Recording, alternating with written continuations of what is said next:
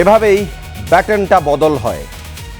মেটলাইফে গতকালকে ফাইনালের পর যে দৃশ্যটা গোটা দুনিয়ার মানুষের আবেগ, অনুভূতি এবং হৃদয়কে নাড়া দিয়েছে, সেই দৃশ্যটা হচ্ছে লামিন ইয়ামাল যখন ম্যাচ শেষ করে লিওনেল মেসিকে জড়িয়ে ধরেছিলেন, সেই আবেগ ঘন মুহূর্ত।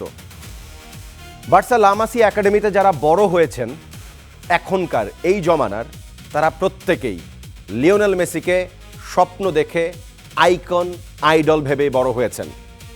যখন অন্য প্রান্তে লিয়ান্দো পারেদেস স্প্যানিশ ফুটবলারদের সাথে হাতাহাতি করছিলেন, মারামারি করছিলেন, তখন অন্য প্রান্তে আবেগে, ভালোবাসায় সিক্ত হয়ে লামিন ইয়ামাল জড়িয়ে ধরেছিলেন লিওনেল মেসিকে।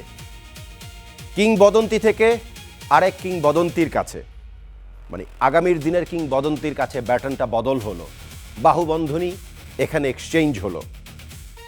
পাউ কুবার্সিকে ম্যাচের পর যখন প্রশ্ন করা হয়েছিল বিশ্বকাপ জেতার পরে কেমন লাগছে, পাউ একটা কথাই বলেছেন, লিওকে জীবনে কখনো সামনে থেকে দেখি নাই।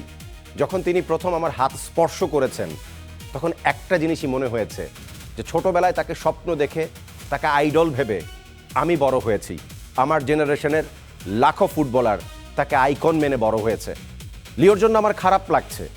আমি বিশ্বকাপ জিতেছি, সেই বিষয়ে আমার খুশির কোনো অন্ত নাই, তবে লিও যদি জিততো আমার মোটেও খারাপ লাগতো না।